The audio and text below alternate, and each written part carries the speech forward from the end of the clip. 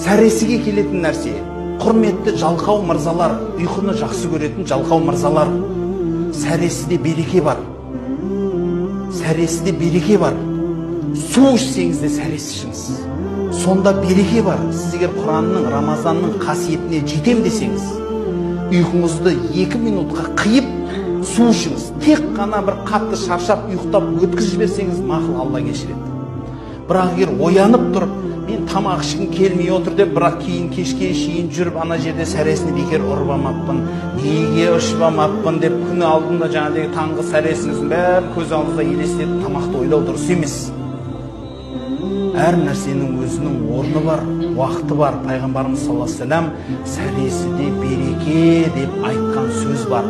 Пайғамбарымыз мына жерге көңіл бөл деген жерде қалмай теріп маржанын, әр нәрсенің өзінің түрін теріп жүріңіз.